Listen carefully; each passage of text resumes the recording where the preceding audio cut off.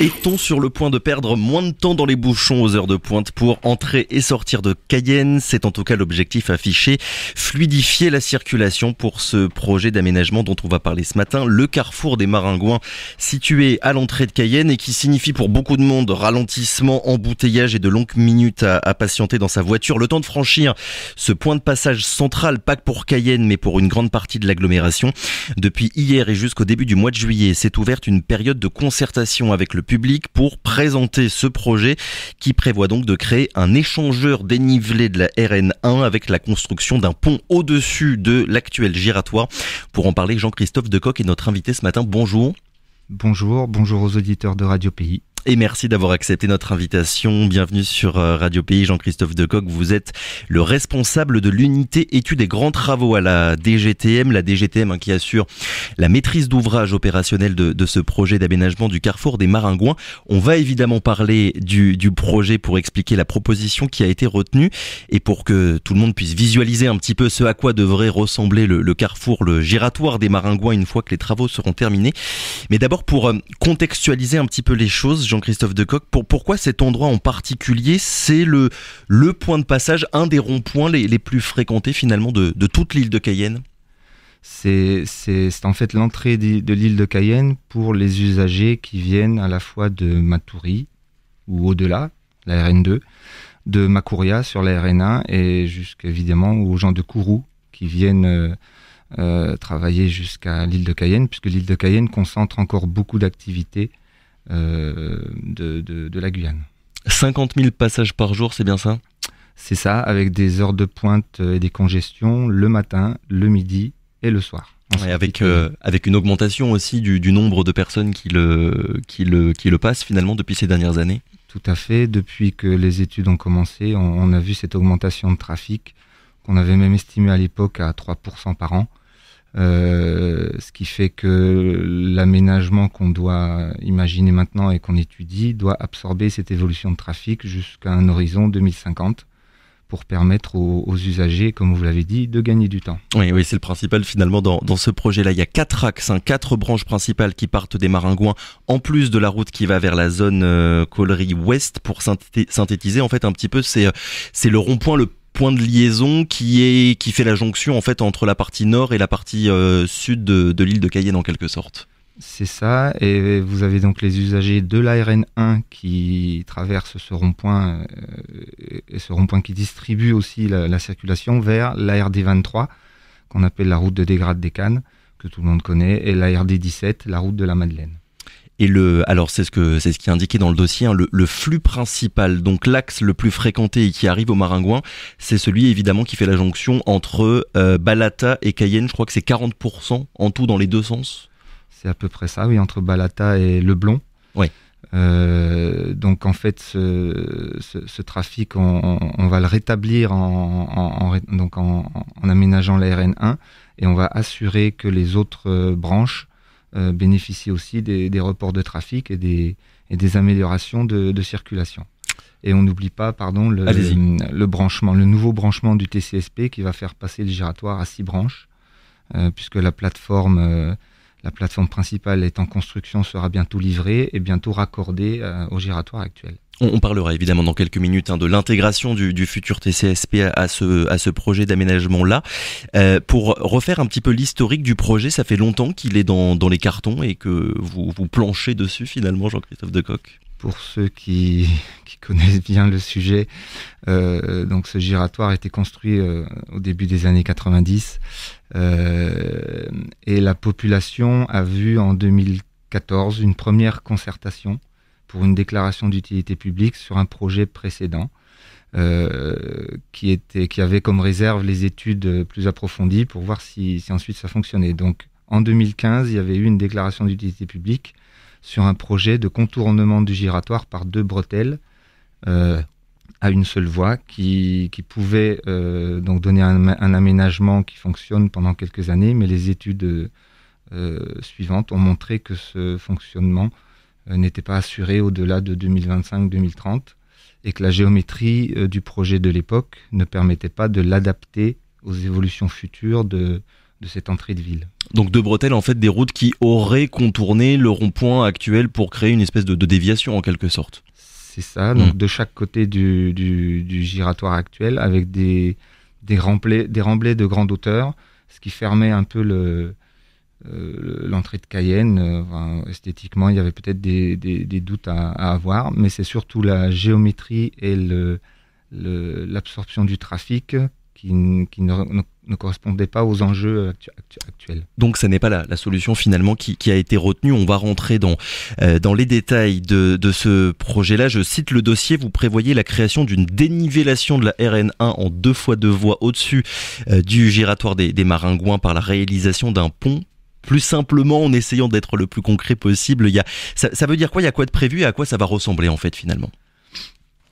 Alors la dénivellation du giratoire, pour l'instant le seul exemple qu'on a en Guyane, c'est l'échangeur de Balata, qui lui est un échangeur à lunettes, donc le pont passe entre les deux giratoires qu'on a construits en 2014.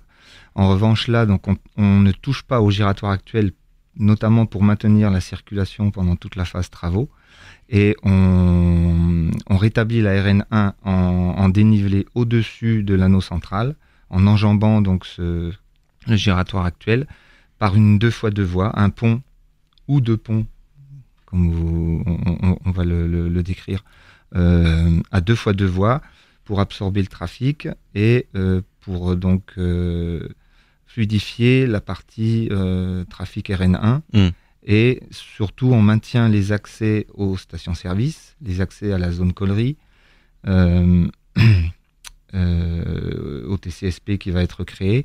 Donc, on aura aussi un certain nombre de bretelles d'entrée et de sortie du giratoire et de la RN, ce qui va nous faire une plateforme assez imposante, notamment entre l'Hyper et la zone Collery ouest. Là, vous aurez 6 ou 7 voies de croisement et d'accès aux différentes zones.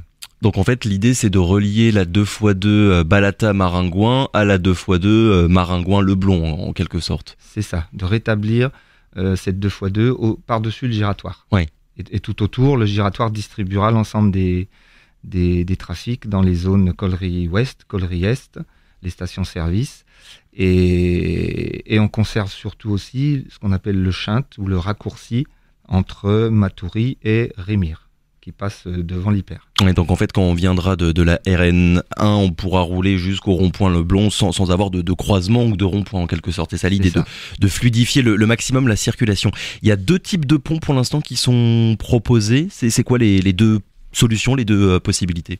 On met effectivement en concertation, puisque ce projet nécessite une concertation préalable avec un garant de la Commission nationale des débats publics. On met en concertation 2 variantes au niveau de l'ouvrage qui enjambera le giratoire actuel. On a donc une solution avec 2 ouvrages classiques qui passent au-dessus de l'anneau du giratoire actuel.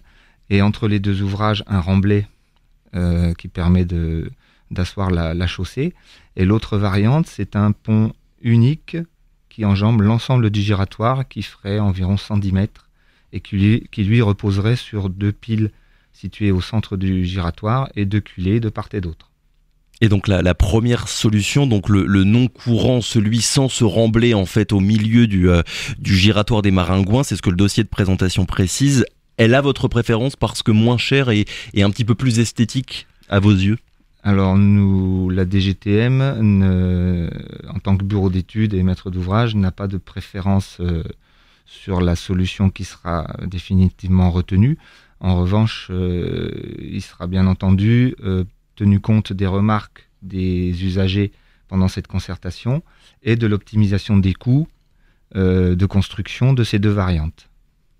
Et la prise de décision, qui est-ce qui la prendra à la fin, qui aura le final cut pour savoir quel genre de pont il y aura au-dessus du rond-point? C'est donc la maîtrise d'ouvrage et donc monsieur le préfet qui décidera au final de quelle solution sera retenue et étudiée de manière détaillée pour être ensuite proposée à l'enquête publique, puisque cette concertation sera suivie d'une enquête publique pour les autorisations environnementales et une nouvelle déclaration d'utilité publique. On reviendra évidemment dans quelques minutes sur la concertation en donnant un petit peu les dates des réunions qui sont prévues à tout le monde. Donc en fait, pour résumer, l'actuel rond-point, il va pas être modifié, c'est bien ça, il y aura juste un pont qui va l'enjamber dans le sens Cayenne, sud de Cayenne, rond-point Leblon-Balata. Mais si par exemple je viens de Dégradé-Cannes et que j'ai envie d'aller à la Madeleine, il y aura pas de changement particulier. Non, vous emprunterez comme actuellement le giratoire. Les branches seront remaniées géométriquement pour laisser la place aux nouvelles bretelles, mais la circulation, les flux de circulation sont maintenus. Donc là, vous avez dit RD23, RD17, Dégradé-Cannes, Madeleine, vous empruntez le giratoire. Quelques adaptations qu'on peut noter, c'est que si vous venez de Leblon et que vous voulez aller à la station-service en sortie de Cayenne, vous serez obligé d'emprunter le giratoire, comme actuellement. Oui. Mais vous ne pourrez pas emprunter le pont, puisque si vous empruntez le pont, vous déboucherez un peu plus loin. Directement de l'autre côté. Et vous aurez des vitesses de circulation plus importantes. Donc, il faudra moduler en fonction des zones dans lesquelles on veut accéder. Mais toutes les bretelles seront construites. Alors, vous en avez déjà dit quelques mots, une intégration aussi du futur TCSP, c'est-à-dire exactement à quoi ça va ressembler à ce niveau-là?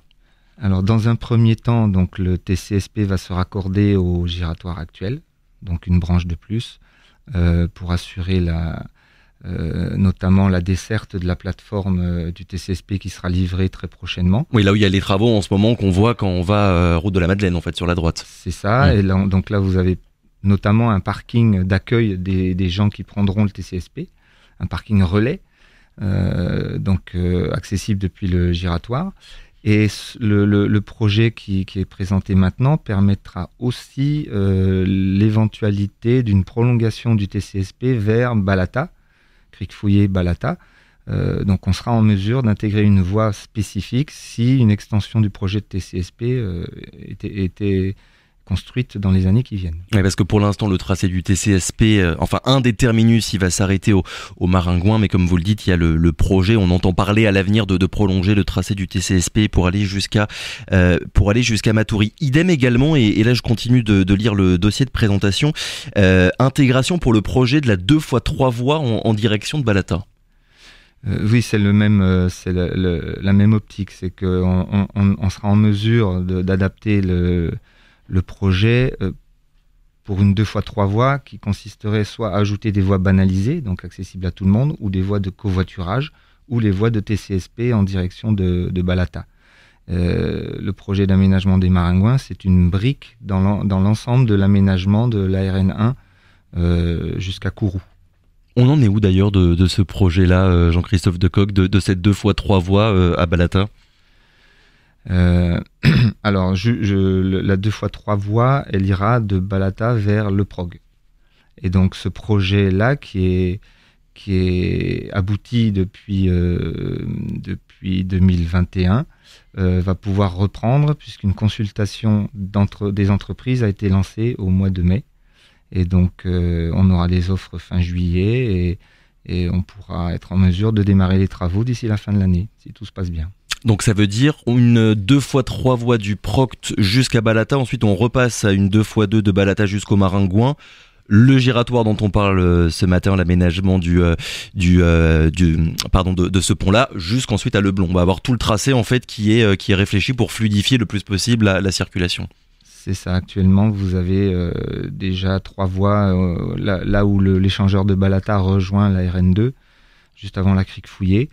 Et donc ensuite il faudra étudier ce tronçon-là entre Balata et Maringouin, avec toutes les possibilités qu'on a évoquées de mise à 2x3 voies et de réservation des voies pour un type ou un autre d'usager. Début des travaux du coup pour la 2x3 à la fin de l'année pour 3 ans de travaux, c'est bien ça?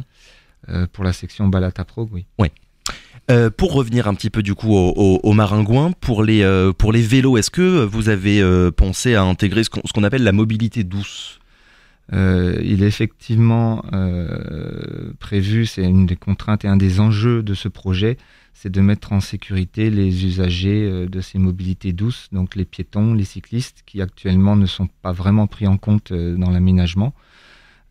C'est toujours délicat de mettre ces usagers-là dans une RN, route nationale à 2x2. Donc l'idée là, c'est évidemment de les aider à traverser cet aménagement et de les orienter vers les zones cauleries pour qu'ils puissent, avec des aménagements, être en sécurité. Ça pourra se faire évidemment avec la participation de la collectivité et que ce soit au niveau du financement ou des réflexions pour que ces usagers ne soient plus amenés à traverser la 2x2 voies par exemple. Alors Jean-Christophe Decoq, il est aussi annoncé que le projet, enfin l'aménagement des Maringouins pourra absorber l'évolution et donc l'augmentation du trafic à l'horizon 2050. Là on l'a dit, à 50 000 passages par jour. Est-ce que vous avez une idée à peu près du nombre de personnes qu'il y aura dans 25-30 ans si le trafic évidemment continue d'augmenter au rythme qu'on connaît actuellement ? On a lancé des études de trafic, évidemment, mais avec des modélisations. D'ailleurs, il y a une étude plus globale sur l'ensemble de l'île de Cayenne et des itinéraires qui est menée par la DGTM. Donc ça, c'est un autre projet. Les chiffres qu'on avancerait seraient de toute manière faux, puisque l'évolution... Oui, c'est dur de prévoir à l'avance, finalement, l'évolution du trafic.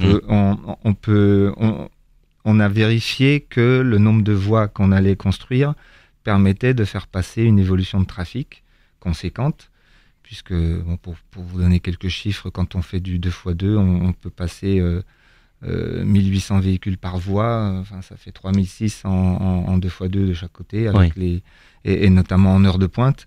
Et en fait, c'est pas le nombre d'usagers qui passent dans la journée qui est important, c'est vraiment ce qui se passe aux heures de pointe. Et ça, donc les modélisations l'ont confirmé. La réglementation va changer aussi. L'impact du TCSP pourra aussi réduire le nombre de personnes. On a pris une hypothèse haute puisque les aménagements amènent de la population dans toute la zone sur ce point d'entrée. Mais je ne vais pas vous donner de chiffres à 2050 qui seraient de toute manière erronés. J'ai regardé un petit peu le calendrier. Les travaux, ils devraient pas commencer avant juillet 2025. Il reste quoi exactement à faire? Quelle phase à terminer avant que enfin ça commence véritablement? Donc on a la phase d'enquête publique qui devra être terminée pour obtenir les autorisations environnementales et réglementaires, puisqu'il s'agit aussi d'avoir un impact sur l'environnement qui est le moins important possible. Et il faut aussi réaliser le dévoiement des réseaux, puisque le giratoire des Maringouins, c'est un nœud routier, mais c'est aussi un nœud de réseau, puisque toute l'alimentation en eau potable de la zone passe par le giratoire. Donc on travaille déjà avec la CACL et la SGDE pour le dévoiement des réseaux, qui lui aura lieu en 2024 et qui est préalable aux travaux routiers qui, eux, commenceront en 2025 après obtention des autorisations nécessaires. D'accord, d'abord le dévoiement des réseaux, notamment l'eau potable, et ensuite la construction à proprement parler de l'ouvrage, finalement, au-dessus du rond-point. C'est ça, il y a l'eau potable, il y a évidemment l'électricité, puisque vous voyez quelques gros pylônes électriques dans le coin. Donc il faut construire toutes les voies au milieu de ces réseaux pour qu'ils restent accessibles et qu'ils ne soient pas dérangés par le projet. Et point important, même si vous l'avez déjà un petit peu dit, mais on va rassurer tout le monde parce que c'est vrai que des travaux, on est habitué à en avoir beaucoup et donc à avoir beaucoup de ralentissements.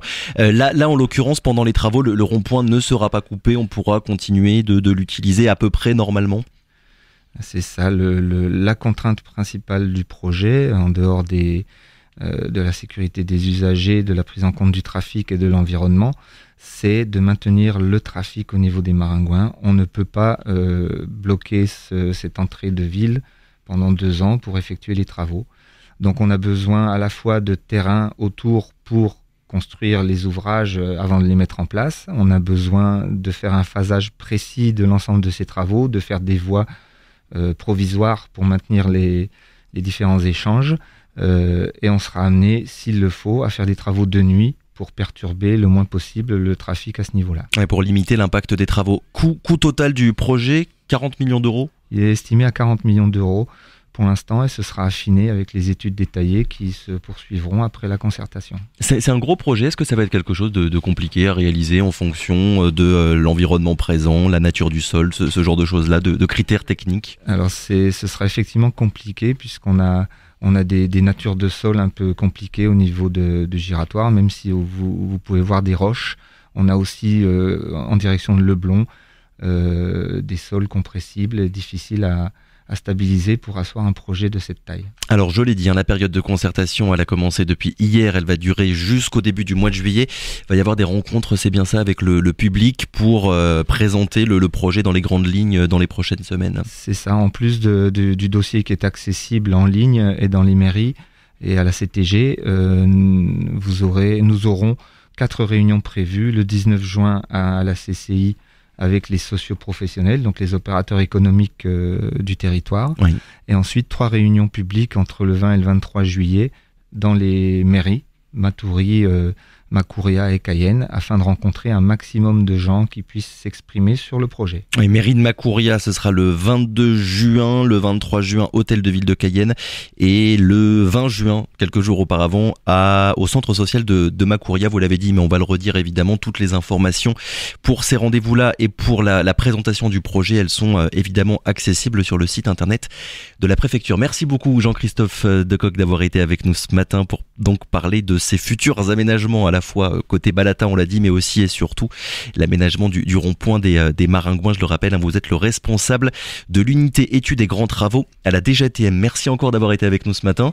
Très bonne journée et bon courage pour ces semaines à venir de concertation. Merci de m'avoir reçu et je souhaite bon courage aux usagers de la route dans les années qui viennent. Oui, on espère qu'en ce moment les personnes qui nous écoutent ne sont pas en train de patienter dans les bouchons. Radio Pays.